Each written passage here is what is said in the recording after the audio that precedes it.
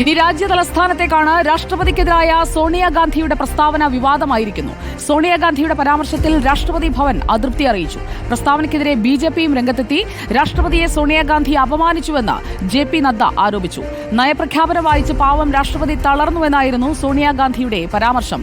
PR Sunil നൽകും വിവരങ്ങൾ. PR Sunil, രാഷ്ട്രപതി എന്നാൽ രാഷ്ട്രീയത്തിനും അതുപോലെ തന്നെ കേന്ദ്ര സർക്കാരിനും അപ്പുറം നിൽക്കുന്ന പദവിയാണ്. അതുകൊണ്ട് തന്നെ ഈ വിമർശനം സോണിയാഗാന്ധിക്ക് വലിയ രീതിയിൽ ഒരു തിരിച്ചടി ഉണ്ടാക്കാനുള്ള സാധ്യതയില്ലേ, പ്രത്യേകിച്ചും ഇപ്പോൾ രാഷ്ട്രപതി ഭവൻ അതൃപ്തി അറിയിച്ച സാഹചര്യത്തിൽ? തീർച്ചയായും രാജ്യത്തെ ഒന്നാം പദവിയിലിരിക്കുന്ന വ്യക്തിത്വമാണ് രാഷ്ട്രപതി. ഏതായാലും രാഷ്ട്രപതിയെ സോണിയാഗാന്ധി അപമാനിച്ചു എന്നാണ് ഇപ്പോൾ വലിയ വിവാദം ഉയർന്നിരിക്കുന്നത്. ഇന്ന് രാഷ്ട്രപതിയുടെ നയപ്രഖ്യാപന പ്രസംഗമായിരുന്നു. നയപ്രഖ്യാപന പ്രസംഗത്തിന് ശേഷം സോണിയാഗാന്ധിയും പ്രിയങ്ക ഗാന്ധിയും രാഹുൽ ഗാന്ധിയും ഒരുമിച്ചാണ് പാർലമെന്റിൽ നിന്ന് പുറത്തേക്ക് വന്നത്. അപ്പോൾ മാധ്യമങ്ങൾ ഈ നയപ്രഖ്യാപന പ്രസംഗത്തെക്കുറിച്ച് സോണിയാഗാന്ധിയോട് ചോദിക്കുന്നുണ്ടായിരുന്നു എന്തായിരുന്നു അഭിപ്രായമെന്ന്. ആദ്യം പ്രതികരിക്കാതിരുന്ന സോണിയാഗാന്ധി പിന്നീട് മാധ്യമങ്ങളോടായി പറഞ്ഞു, രാഷ്ട്രപതി ആ പാവം സ്ത്രീ പ്രസംഗിച്ച് അവസാനം എത്തുമ്പോഴേക്കും ക്ഷീണിച്ചുപോയി എന്നാണ് സോണിയാഗാന്ധി പരാമർശം നടത്തിയത്. ഏതായാലും ഇത് രാഷ്ട്രപതിയെ അപമാനിക്കലാണെന്ന് ചൂണ്ടിക്കാണിച്ചാണ് ഇപ്പോൾ വലിയ പ്രതിഷേധം BJP ഉയർത്തിയിരിക്കുന്നത്. തൊട്ടു പിന്നാലെ രാഷ്ട്രപതി ഭവനും ഇപ്പോൾ പ്രതിഷേധവുമായി രംഗത്ത് വന്നിരിക്കുന്നത്. സോണിയാഗാന്ധി ഇപ്പോൾ പാർലമെന്ററി കാര്യമന്ത്രി കിരൺ റിജിജു സോണിയാഗാന്ധി മാപ്പ് പറയണമെന്ന് ആവശ്യപ്പെട്ടിട്ടുണ്ട്. രാഷ്ട്രപതി ആദിവാസി വനിതയാണ്, അവർ ദുർബലയല്ല, വരേണ്യ മനോഭാവത്തിൽ നിന്നുള്ള പ്രസ്താവനയാണ് സോണിയാഗാന്ധിയുടേത് എന്നുള്ള വലിയ വിമർശനത്തിലേക്ക് പോകുന്നു. ഈ പ്രിയങ്ക ഗാന്ധി അടക്കം ഇതിൽ പ്രതികരിക്കുന്നുണ്ടോ ഇപ്പോൾ PR സുനിൽ? സുജിയ, പ്രിയങ്ക ഗാന്ധി ഇക്കാര്യത്തിൽ പറഞ്ഞത് രാഷ്ട്രപതിയെ സോണിയാഗാന്ധി അപമാനിച്ചിട്ടില്ല. സോണിയാഗാന്ധി ഒരു സാധാരണ സംസാരിക്കുന്ന പോലെ സംസാരിച്ചതാണ്. രാഷ്ട്രപതി പദവിയെ അപമാനിക്കുന്ന തരത്തിലോ അപകീർത്തിപ്പെടുത്തുന്ന തരത്തിലോ ഉള്ള പരാമർശമല്ല നടത്തിയത്.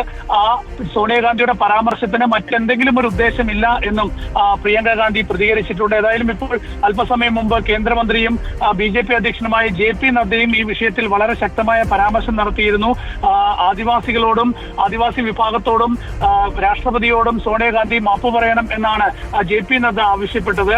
ഉന്നത പദവിയിലിരിക്കുന്നവരെ അപമാനിക്കുന്നത് കോൺഗ്രസിന്റെ ഒരു രീതിയാണ് എന്നൊരു ആരോപണം കൂടി JP നദ്ദ ഉയർത്തിയിട്ടുണ്ട്. ഏതായാലും ഇപ്പോൾ പാർലമെന്ററി കാര്യമന്ത്രി കിരൺ റിജിജുവും ശക്തമായ പ്രതിഷേധം ഈ വിഷയത്തിൽ ഉയർത്തിയിരിക്കുകയാണ്. ഏതായാലും സോണിയാഗാന്ധിയുടെ ഈ പ്രസ്താവന ഇപ്പോൾ വലിയ വിവാദമായി ദേശീയ തലത്തിൽ ചർച്ച ചെയ്യപ്പെടുകയാണ്.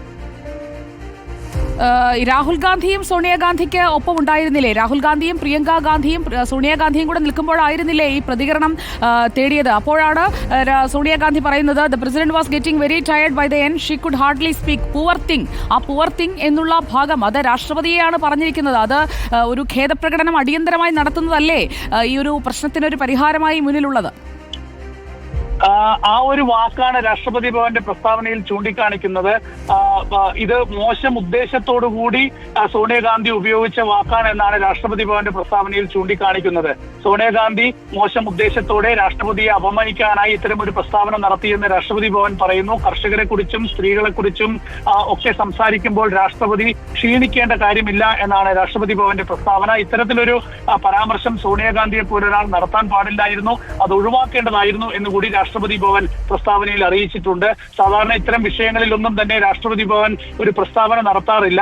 ഇതുപോലെ തീർത്തും ഒരു രാഷ്ട്രീയമായിട്ടുള്ള ഒരു സാഹചര്യമായിട്ട് പോലും രാഷ്ട്രപതി ഭവൻ വളരെ ശക്തമായി ഈ വിഷയത്തിൽ ഇടപെടുകയും ശക്തമായ പ്രതികരണം നടത്തുകയും ചെയ്തിരിക്കുന്നത്. അതായത് വലിയ നമുക്കറിയാമല്ലോ, ഇപ്പോൾ നമ്മൾ പല രാഷ്ട്രപതിമാർ മാറി വരുന്നത് കണ്ടിട്ടുണ്ട്, ഇതുപോലെ നയപ്രഖ്യാപനം നടത്തുന്നത് കണ്ടിട്ടുണ്ട്.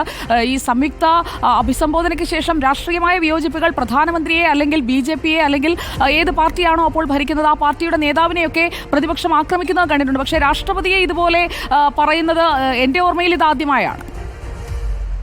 സാധാരണ രാഷ്ട്രപതിയുടെ നയപ്രഖ്യാപന പ്രസംഗത്തിൽ സുജയ് ചൂണ്ടിക്കാണിച്ചതുപോലെ തന്നെ സർക്കാരിനെ വിമർശിക്കും. ഒരു സർക്കാരിന്റെ നയമാണ് രാഷ്ട്രപതി തന്റെ നയപ്രഖ്യാപന പ്രസംഗത്തിൽ ഉൾപ്പെടുത്തുക. സർക്കാർ എന്തൊക്കെ പ്രവർത്തനങ്ങളാണ് കഴിഞ്ഞ കാലങ്ങളിൽ നടത്തിയത്, ഇനി എന്താണ് ലക്ഷ്യം വെക്കുന്നത് എന്നത് സംബന്ധിച്ചുള്ള സൂചനകളൊക്കെ ആയിരിക്കും രാഷ്ട്രപതിയുടെ നയപ്രഖ്യാപനത്തിൽ ഉണ്ടാവുക.